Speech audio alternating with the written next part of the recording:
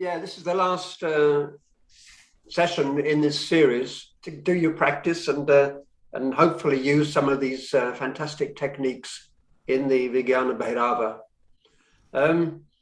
Important thing to realize is, which I'm sure you do, it's not rejecting anything in life. You know, life is the way it is. Yeah, we can probably tidy up our life a little bit. That will always bring benefits. But it's not a denial of our life. It's trying to widen the perspective of our understanding and the quality of our life. So this is what these practices are about, as is yoga and tantra in general, Advaita also.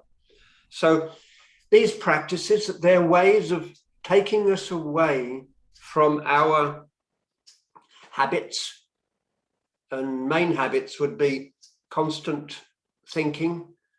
It's just in the modern era, we've deified thinking, point one, and we are kind of hyping up the thinking through the internet and so forth. So, and there's nothing wrong with thinking. Thinking is an incredible gift that we have as human beings. Other creatures, I think also, but in a different way, probably not as complex as human beings. So nothing wrong with thinking, but we think too much.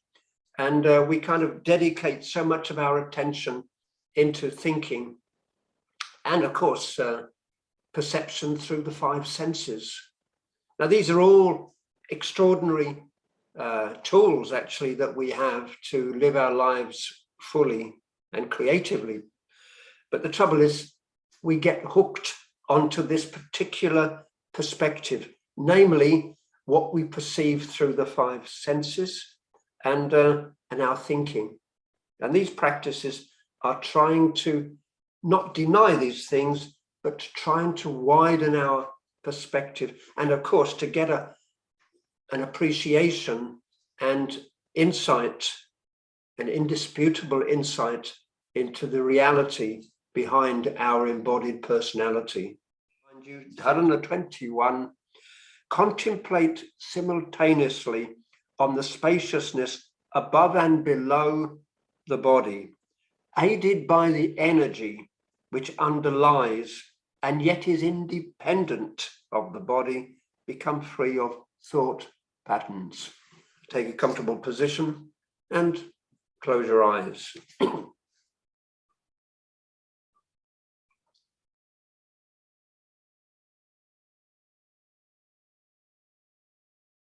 Become aware of your physical body.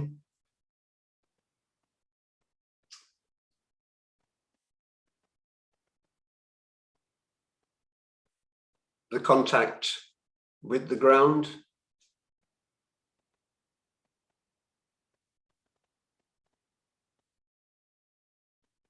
But most of all, bring your attention to the physicality of your body.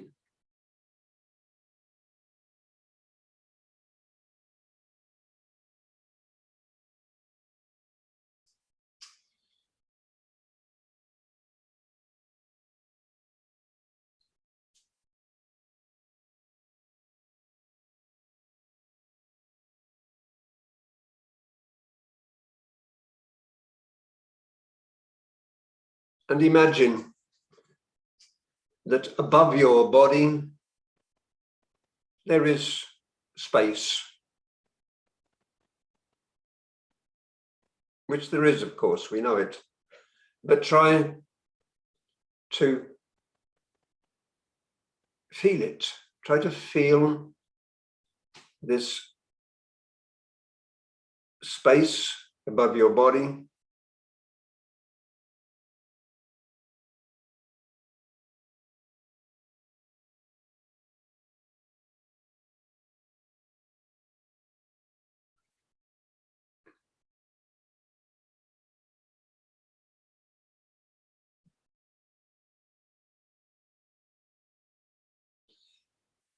But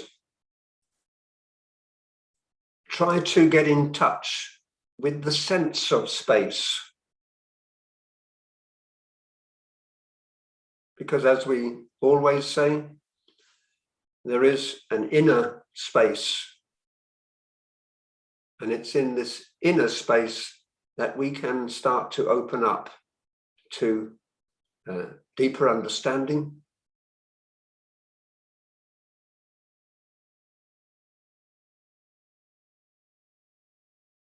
above the body, space. Start, as we have done with the physical space,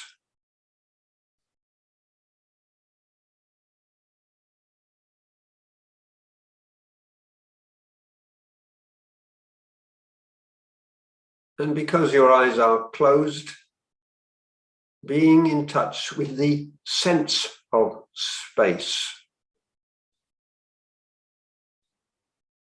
The feeling, if you like, of space.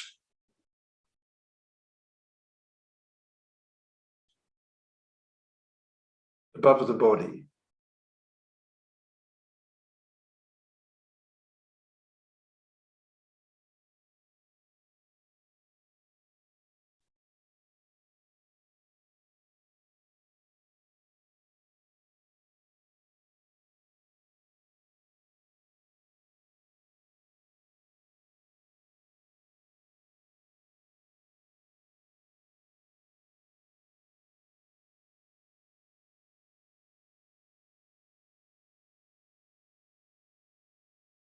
And then, slightly more difficult, try to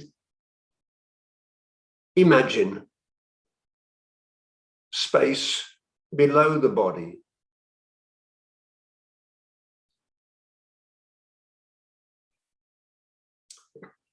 We know, of course, from science that, in fact, matter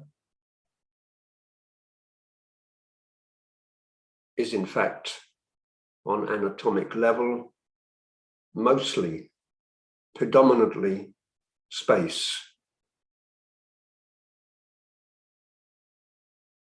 But try to feel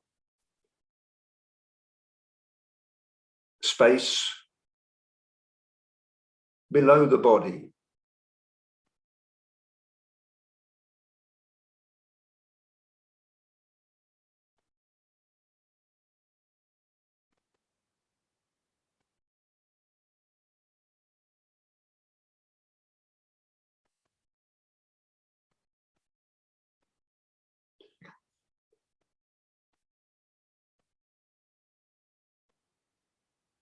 And try now to feel simultaneously space above and below the physical body.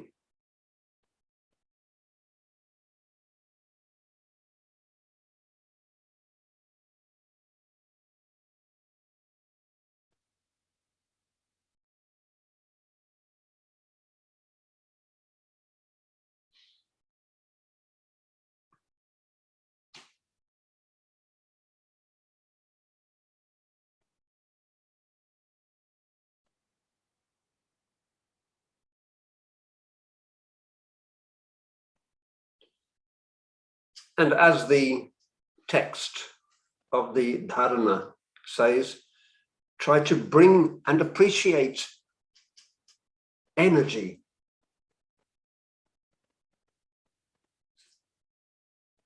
Which underlies this space.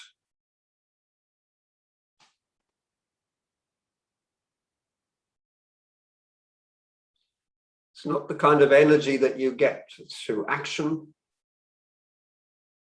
through doing things, but if you are perceptive, you will realize and feel that even though you are doing nothing in particular physically,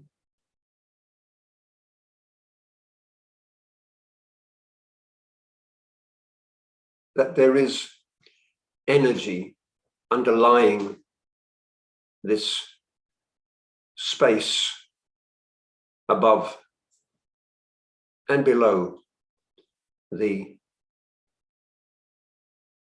body.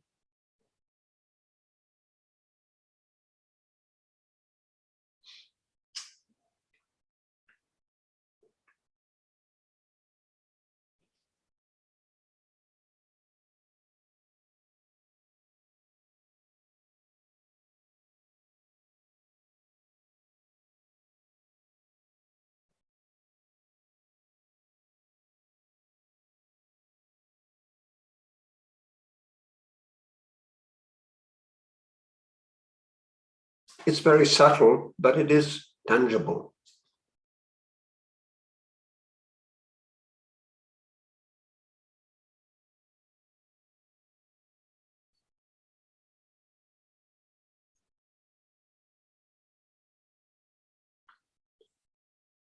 And keep your eyes closed, but I will now open mine and read you the next dharana. But keep your eyes closed because I don't want us to lose track of this meditation.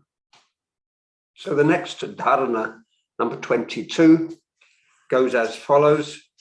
Whilst contemplating on this spaciousness above and below the body, which is what we are doing, be in contact with the Hridayakash, the heart space.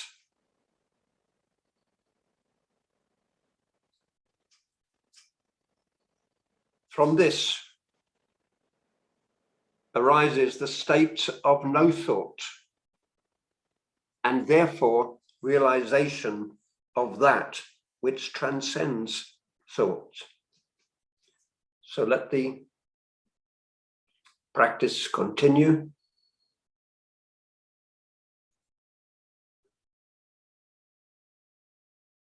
Feeling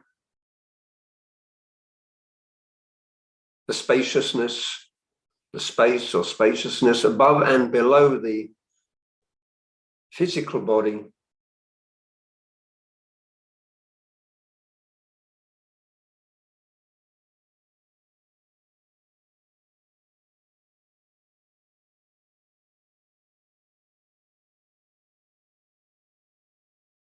And with a bit of mental gymnastics, bring your attention to the heart space at the same time.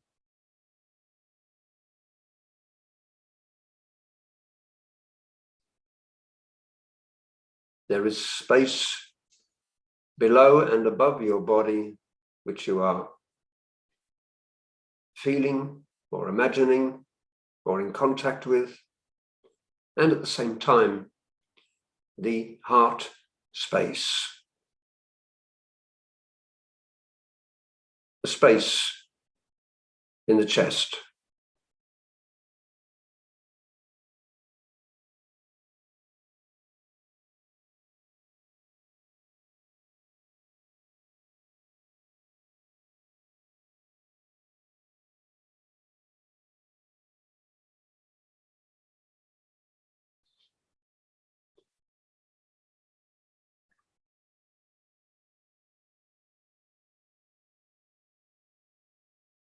And as the text, the dharana says,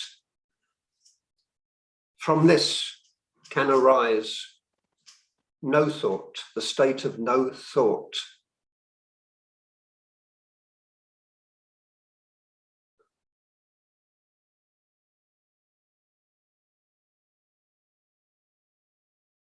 And the state of no thought is the stepping stone to that which transcends or underlies thought.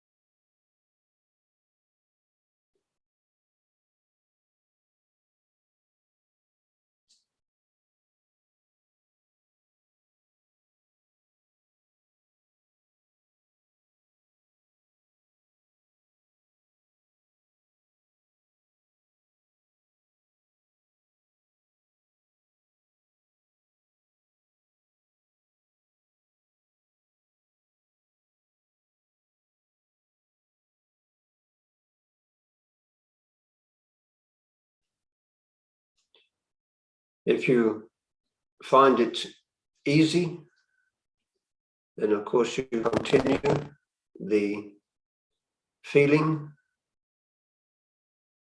of the space up and down, below and above the body, together with the heart space, but otherwise if you wish, you can let your attention gravitate into the heart space.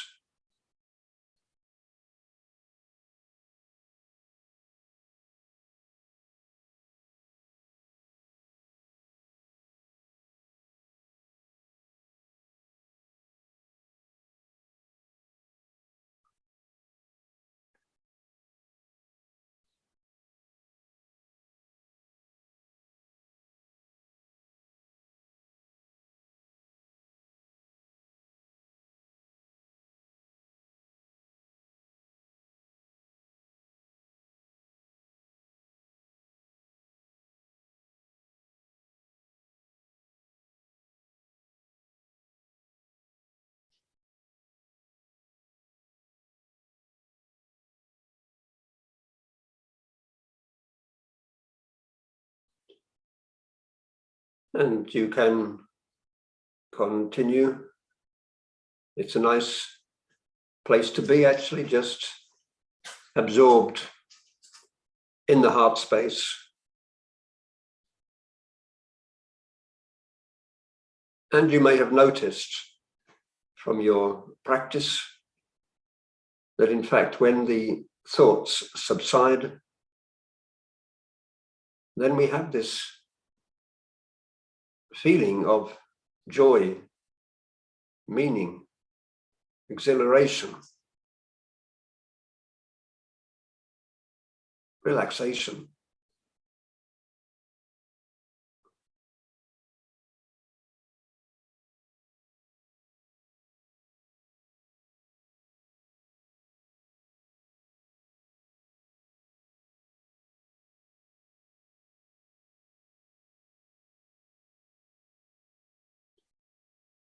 Now you can slowly extrovert,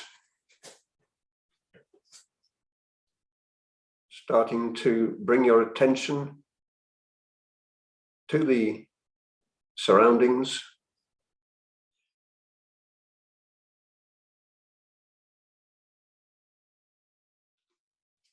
I repeat, there's nothing wrong with thoughts, but it's when they get out of hand. We need a rest from thoughts, and all these practices that we're doing, and even when you do asana, go to a yoga class or give a yoga class, it gives the thoughts, or gives the mind a rest so that thoughts become less. And this has enormous positive impact on our health, actually, because stress is not a good thing. It has so many ailments associated with stress, we know it very well. So a rest from stress, a rest from thoughts, excessive thoughts, is a good thing, actually. And I don't need to convince you of this. So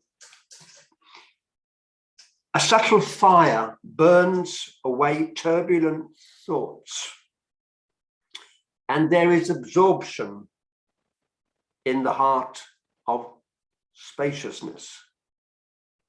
And remember, spaciousness, it's a means to allow our understanding, our self-identity, actually, to deepen. For me, spaciousness is the jumping, well, it's a meditative state anyway. In the meditative state, there is spaciousness, inner spaciousness. And this is the launching pad, so to say, to realization of our identity as awareness. So let me repeat the text again, and then we can practice. Fix your attention on a point at the eyebrow center in the form of a tilak point, red, sandalwood, orange, or just a point. Some people could practice, I mean, just hold, you could even hold your finger at this point. You can do that also. Yeah, I mean, that's even not a bad practice. You can do that if you wish. A subtle fire burns away turbulent thoughts, and there is absorption in the heart of spaciousness.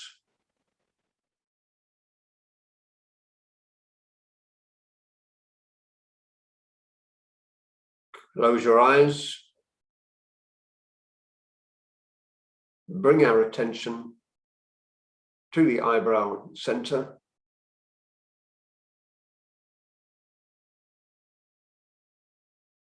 And you can imagine that your finger is there, or you can actually put your finger there. And imagine that that point is a flame.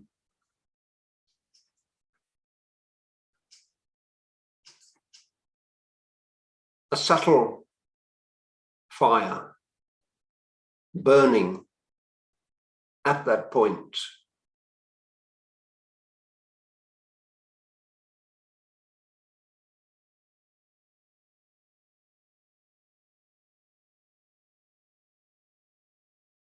Subtle but intense. Try to imagine this subtle, intense fire.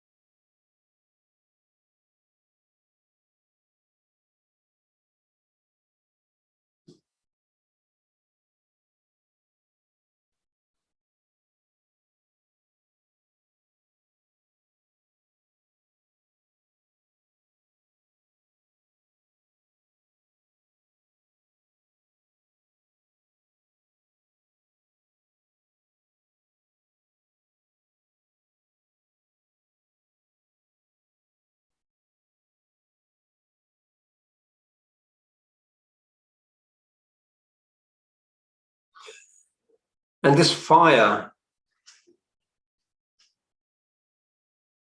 is so intense that thoughts which may be there are burnt up by this fire. So your focus is on this fire at the eyebrow center.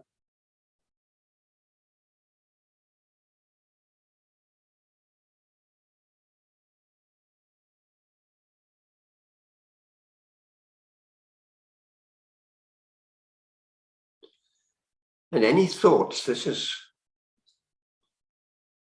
interesting for you, any thoughts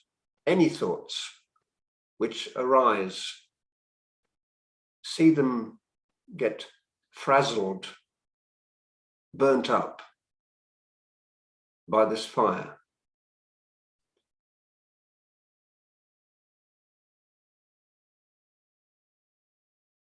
Be alert.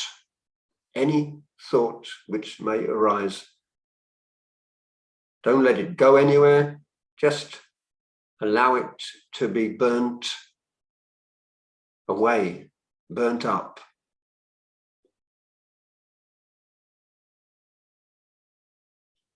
By this subtle, intense fire at the eyebrow center.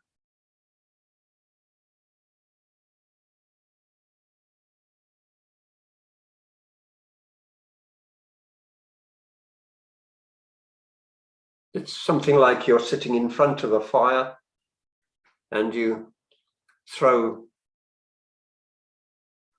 bits of sawdust or bits of paper. Immediately, if the fire is intense, which it certainly is, it will just burst into flames. So do the same thing with thoughts.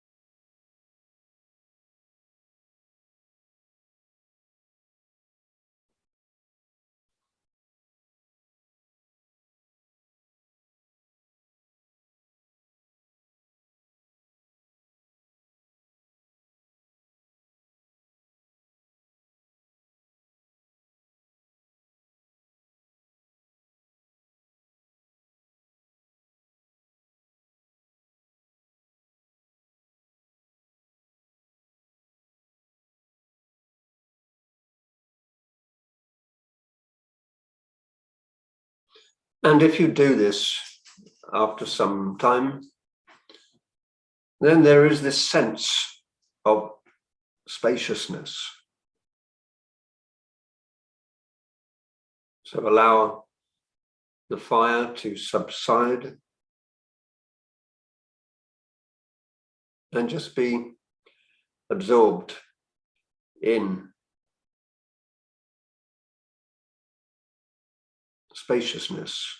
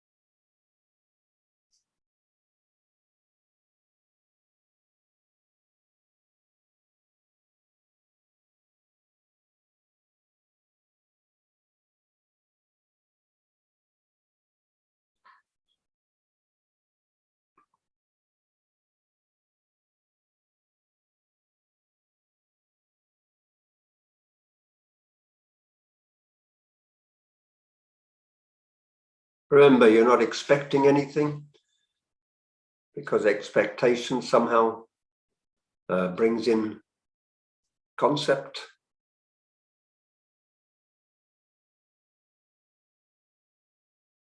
And we're trying to just allow there to be absorption into spaciousness.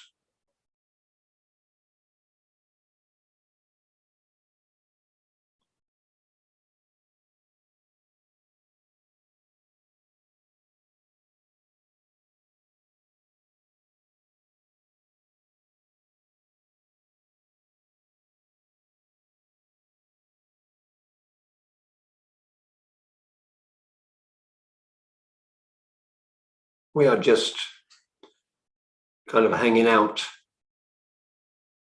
available.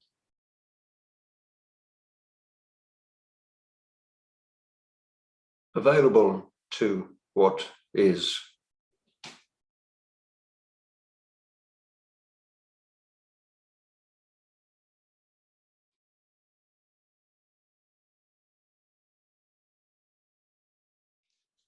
Now I want to introduce another one. These are another new one, actually, but it's not new. This one may remind you of Yoga Nidra. It's a kind of a Vigyana Bhairava Tantra form of Yoga Nidra. And of course, I'm a great fan of Yoga Nidra. And this is dharana number 24. Feel as though the different parts of your body are permeated by spaciousness. Become steady in this contemplation. Again, it's a way of diminishing thoughts. Remember, we're not trying to beat up thoughts. We're just trying to find a bit of space in thoughts so that we can be more relaxed, more open, and more in contact with deeper layers of our personality and to a more fundamental realization of our spiritual identity, actually. Close the eyes and bring your attention to the body.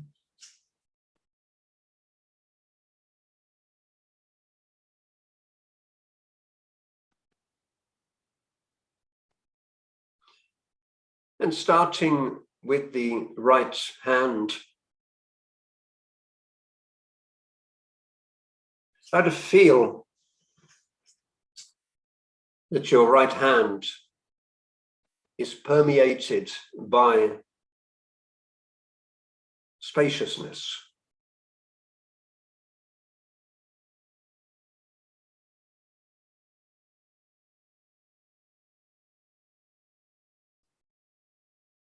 Feel as though your left hand is permeated, suffused with spaciousness.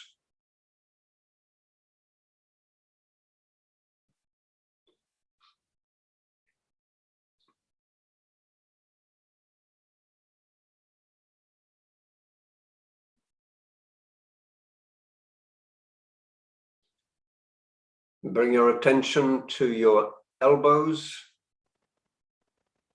Feel that area is spacious.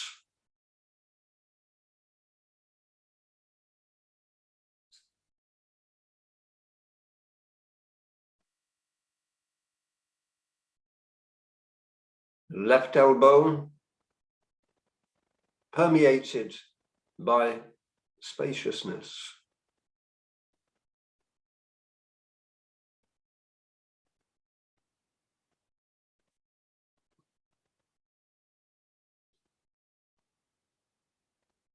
Right shoulder.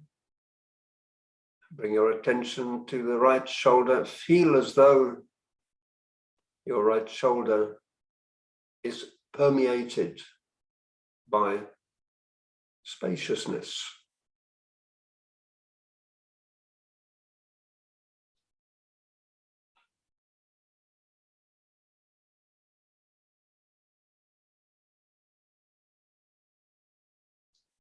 Left shoulder, spaciousness.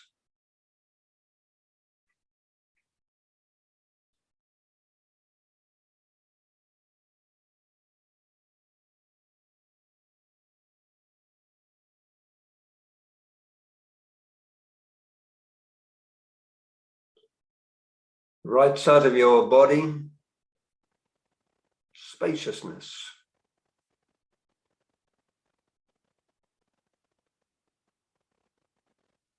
Around the waist. Left side of the body, around the waist, spaciousness.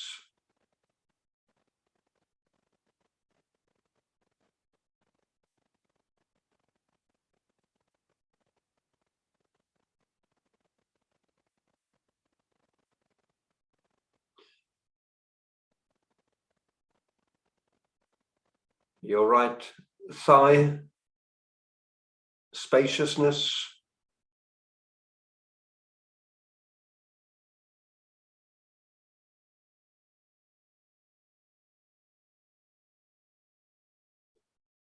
Left thigh.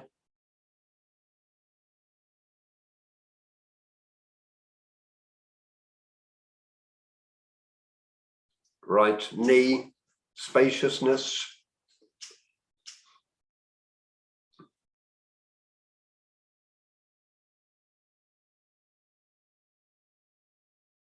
Left knee, spaciousness.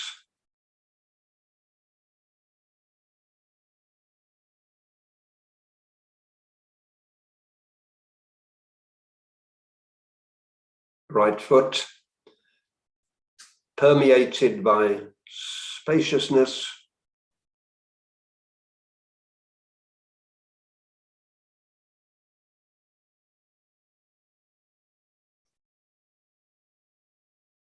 Left foot, spaciousness.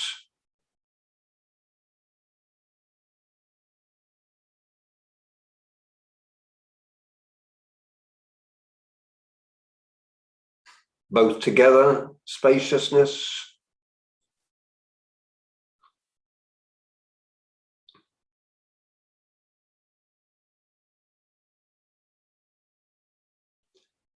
Right buttock, spaciousness.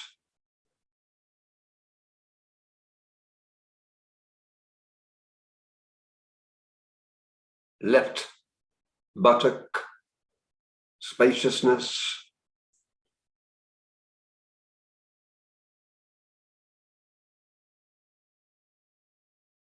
Both together.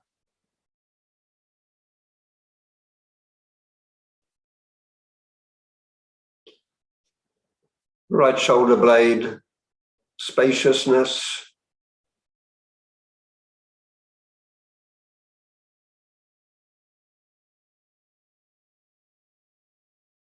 left shoulder blade,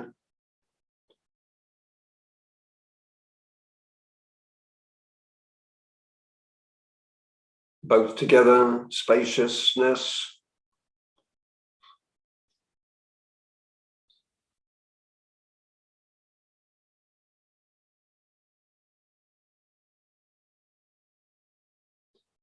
Back of the head, spaciousness.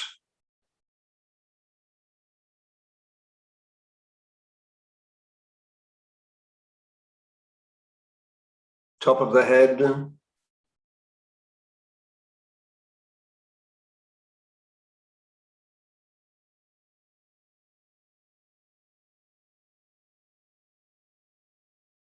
your face,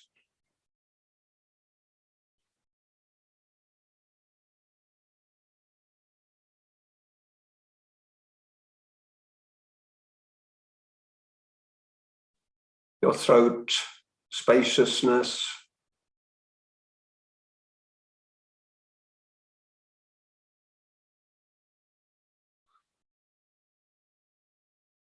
your chest, spaciousness,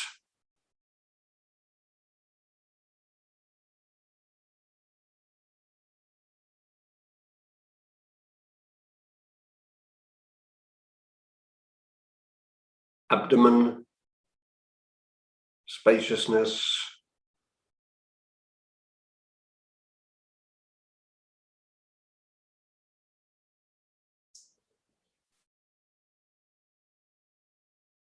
your pelvis, spaciousness,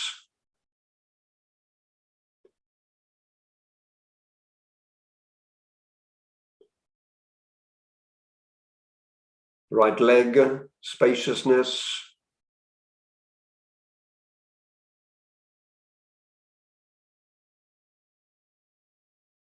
left leg,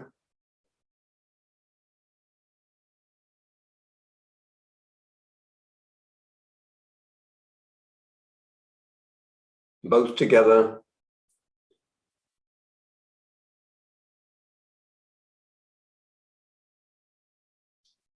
right arm, spaciousness,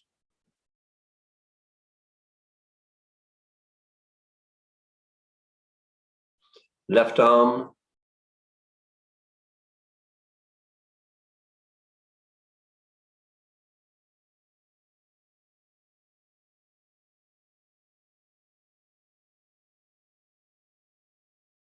both together,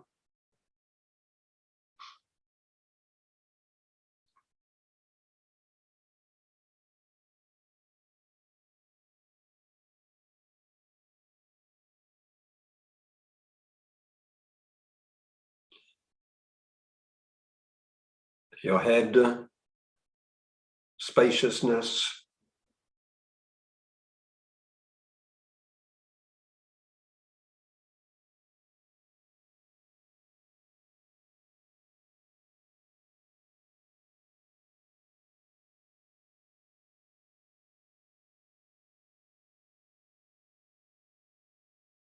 your whole body, spaciousness.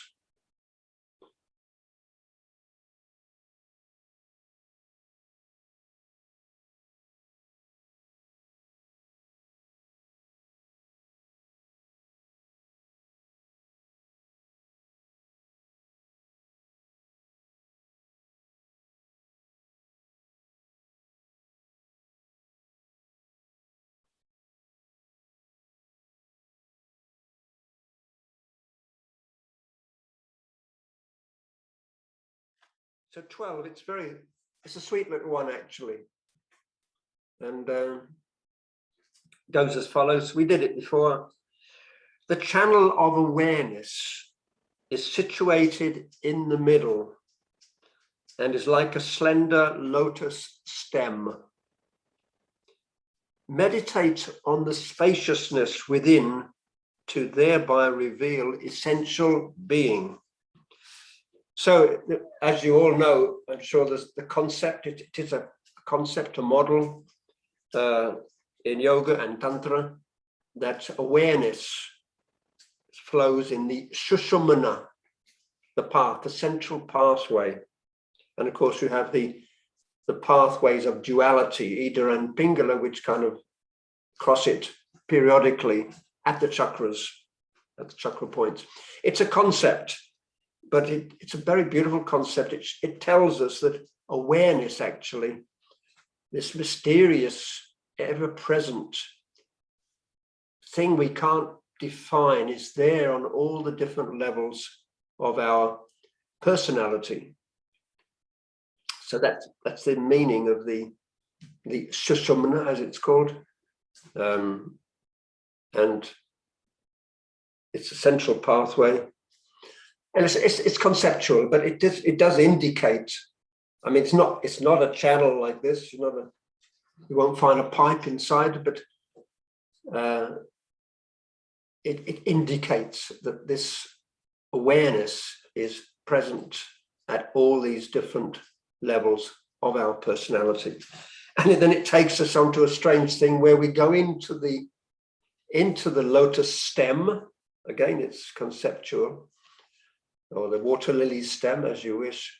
And instead of finding fleshy matter, it says you open up into spaciousness. So it's kind of it breaks down our concepts, and it's a very beautiful practice. And when you're ready, close your eyes.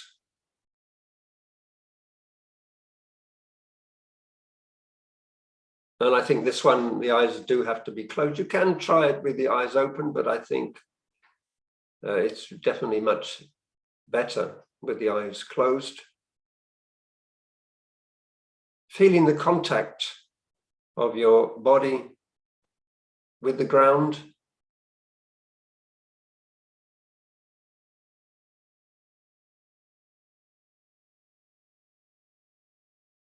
And imagine that your body is an empty vessel.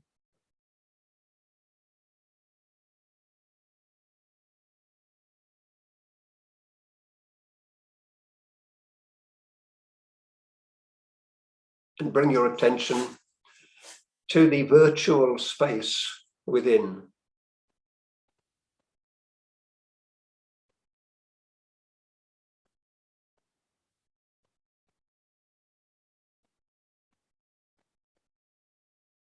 And in that space, try to imagine.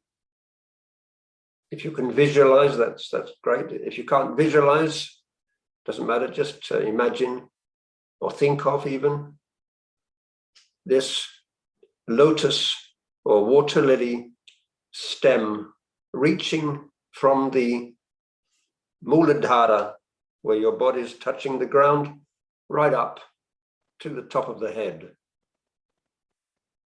And at the top of the head, you have the lotus.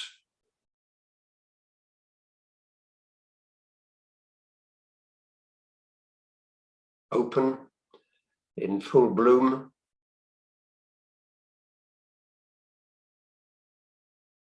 Pink or red color. Whatever color you wish.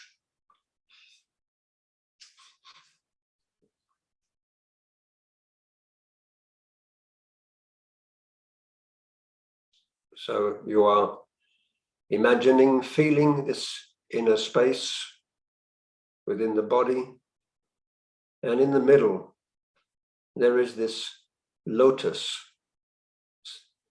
And the stem is growing, moving upwards, present from the base, from the floor, upwards to the top of the head.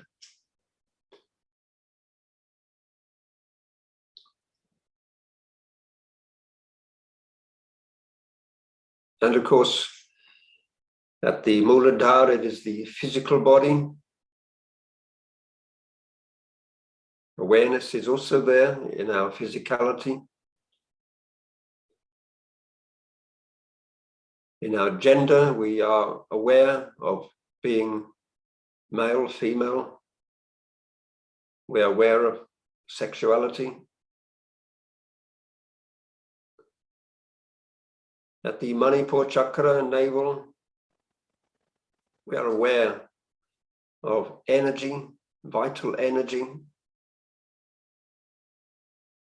without which we couldn't live our lives or accomplish what we need to do, work, family, etc.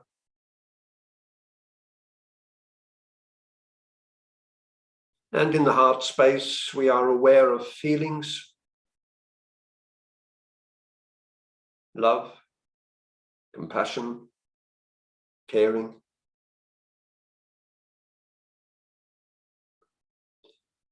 And at the Vishuddhi throat, we are aware of our words, our need to communicate,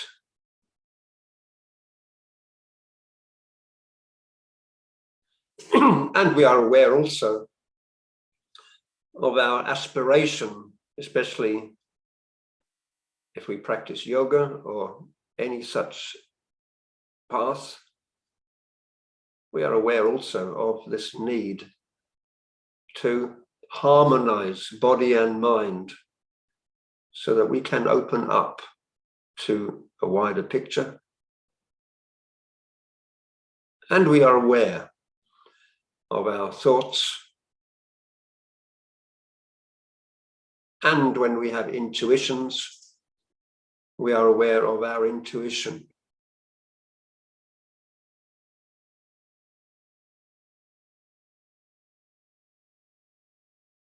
So enter the stem, the lotus, water lily stem, at any level that you wish. Any level that pleases you if you wish, or any level at which you think you have certain issues to resolve.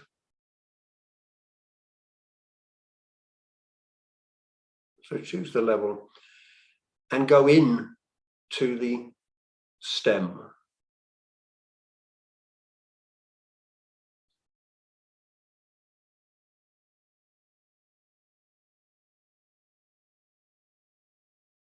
And instead of seeing, feeling fleshy matter, material, instead you find spaciousness, enormous spaciousness.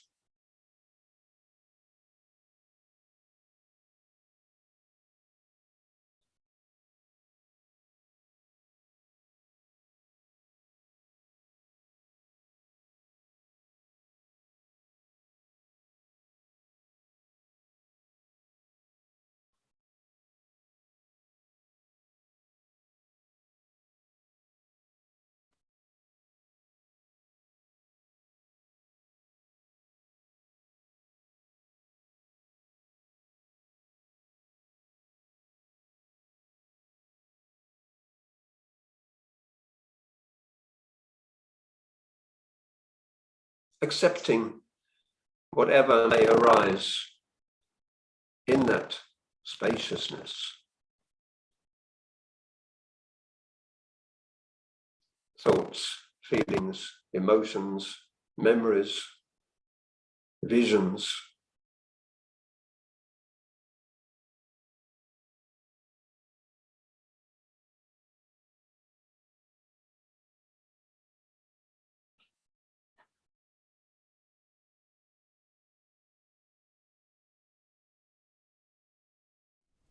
Thinking, question mark. Does a regular practice allow us to subconsciously and or consciously decide what information to retain, or is it just poor memory?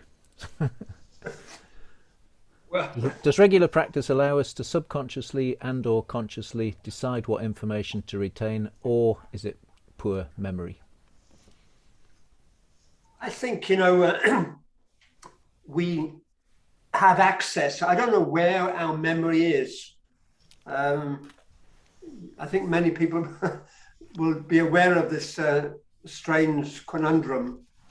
There seems to be no place in the brain where the memory is, where it's stored. There's different theories, but it's actually not known where memory is. So where is it stored, actually? Okay, we differentiate between the mind and the brain. I mean, this is very much part of yoga and meditation in general, that in fact the mind is not identical with the brain, actually.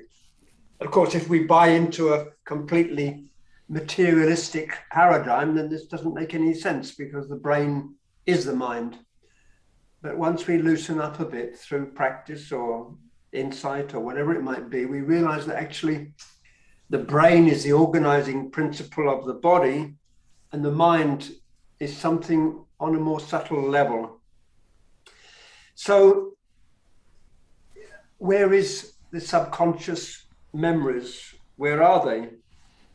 I think that our system, our mind actually, and body is tuned that it goes into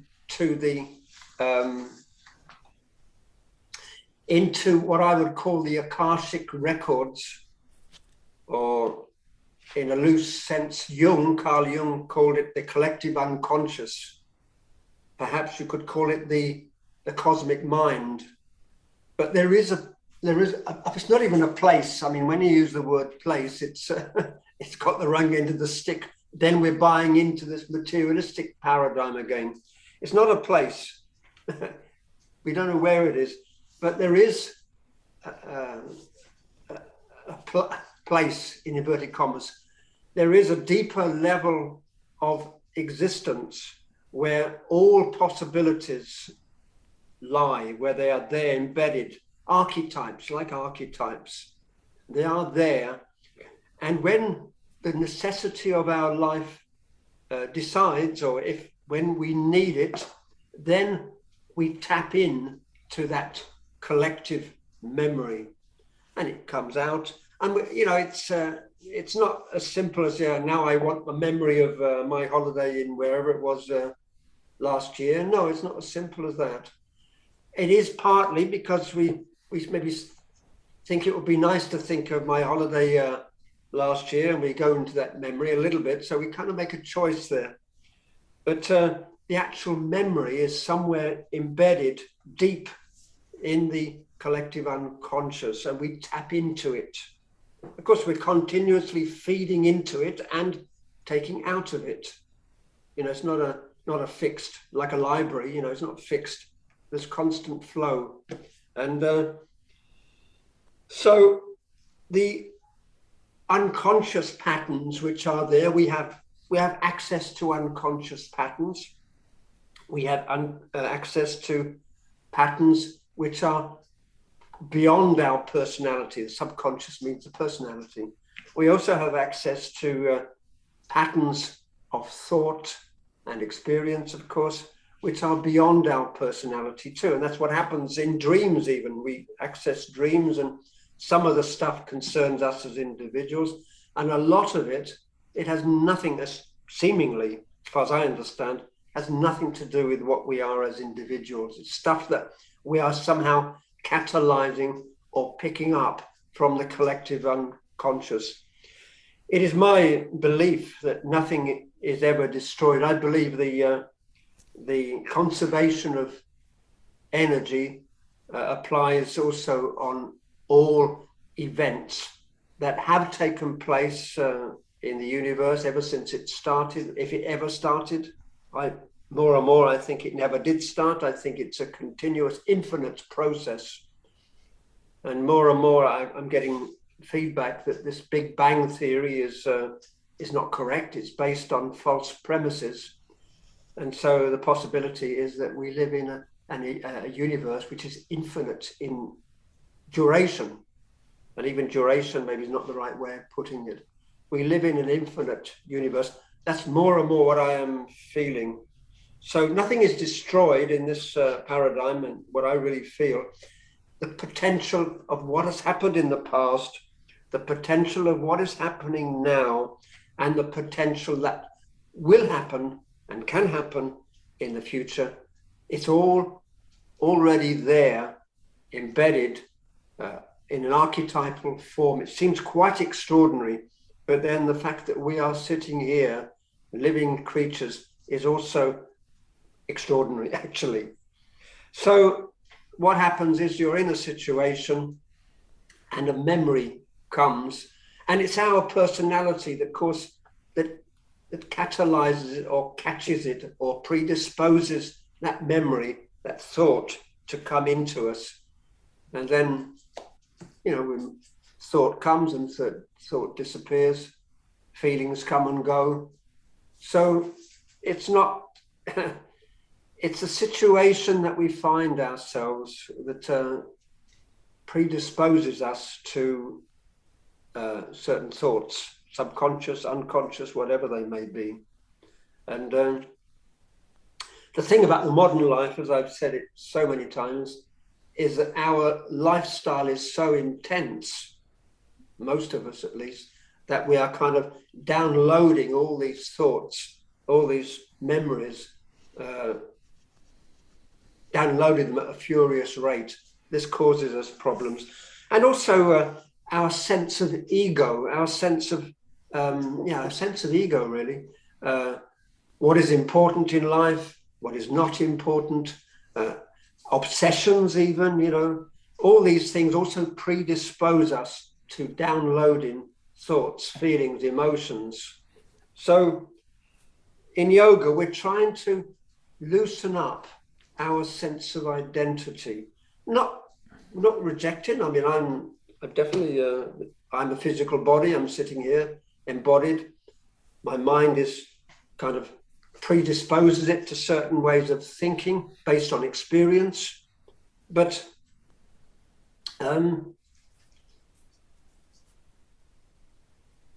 we overloaded. So if our sense of identity shifts and is more fluid, then we don't tend to download so many thoughts. Or if we download thoughts from wherever they come from, they don't hang around so much. So instead of being worried about something for weeks and weeks, maybe we are worried in the situation, and then when the situation is finished, so the thought, the feeling, the emotion evaporates. So there's a much faster shifting process. So they say, I can't say from my experience because I'm still very much embodied, but they say a person who's really not identified with their body, and I don't know there are many people there, even Ramana Maharshi, he must have had some identification with his body because he took food and he replied questions and so forth. But they say that if a person doesn't identify with their personality, then they don't have thoughts. Interesting.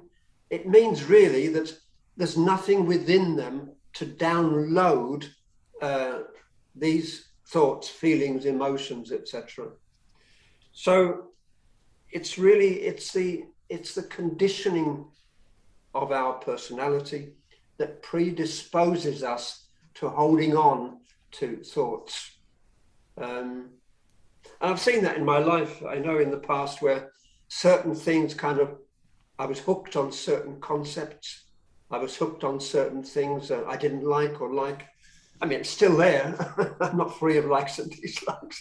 But I've noticed that over the years, I have less thoughts, or if they do come, they kind of evaporate quite quickly, because I think there's been a loosening up of my personality and a loosening up of my identity. That's the real issue, identity.